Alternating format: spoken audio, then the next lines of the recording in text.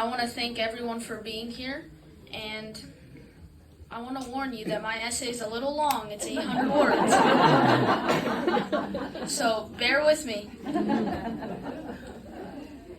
The patriotic song, "The Stars and Stripes Forever," was performed today by the President's own. The march was wildly popular and generated a vigorous response. The Marine Band that performed this song was led by the widely appreciated John Philip Sousa. He has already composed the Marine Band's official march, Semper Fidelis, and kept us on our feet today with this patriotic song. The song itself brought misty eyes and a fierce patriotism to the crowd. It is the true embodiment of a musical sensation. This harmonious phenomenon was divided into 3 melodies, or strains, that are preceded by a brief but unforgettable introduction. The first strain, which is repeated, is played. The second strain is also played twice. Then, the third strain is finally played. These 3 strains stand for a melody that is then interrupted by the 4th strain, which plays in a higher pitch and slowly plays in minor mode to a small extent. After the 4th strain, the 3rd strain is repeated again. However, this 3rd strain is slightly different as it has an added piccolo countermelody. The band reintroduces the 4th strain after the slightly modified 3rd strain has been played. The final music of this intricate masterpiece encompasses the modified 3rd strain again. However, it is modified once again with an added trombone countermelody. The heart-moving march stands for the North, the South, and the West of the United States. The song signifies the values that each American holds proudly.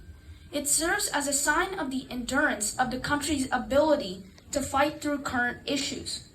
The main theme of the song proudly recognizes the North United States. The piccolo accompaniment serves as an honor of the South United States, and the counter-melody of the trombones praises the West United States. As these melodies coalesce, they form a euphonious march. John Philip Sousa arouses the patriotism of the Americans by playing this song. This song helps strengthen Americans during this Spanish-American War. Sousa was a crucial and important figure in the forward progress of the Marine Band and America itself.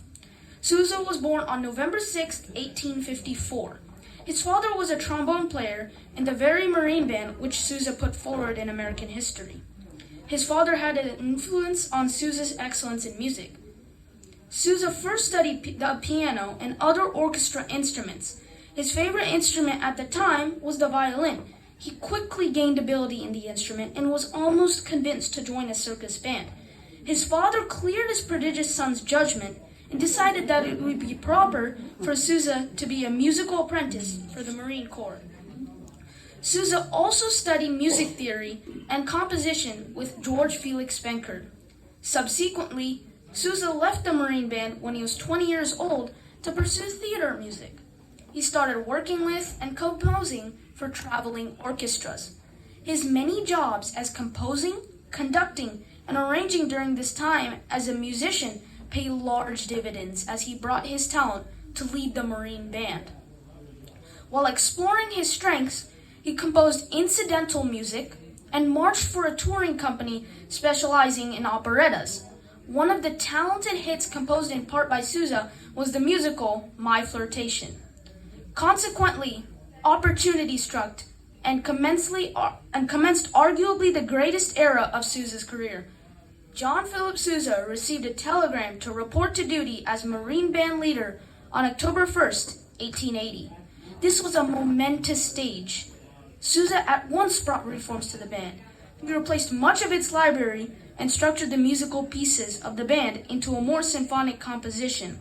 He also modified the instruments, the sousaphone, and their arrangements to fit the pieces they played. The band's rehearsals were considered noticeably strict to improve their music. These remarkable changes helped the Marine Band's reputation to grow and its famous music to become more widespread among Americans. Sousa also composed marches that were smashing hits. Among these are the notable Semper Fidelis March and the Washington Post. The Semper Fidelis March was so successful that it was considered the official Marine Band march. His accomplishments led him to be dubbed the title March King. After his friend's death, Sousa felt immense sadness. He was suddenly stressed about his duties in New York. In fact, he had already been feeling homesick. After touring many countries, people, and cultures while on vacation in Europe, he felt that it was time to return home. He constructed a march melody entirely in his head while on the boat as he paced the deck.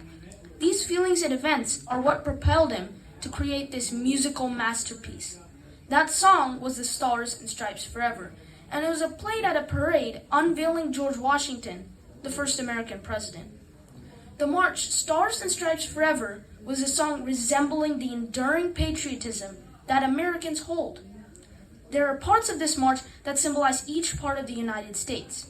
Sousa captures the unity of America by connecting these pieces. He truly harnesses the American spirit and patriotism throughout the march. This musical masterpiece will surely be an everlasting remembrance of what America and its people truly are.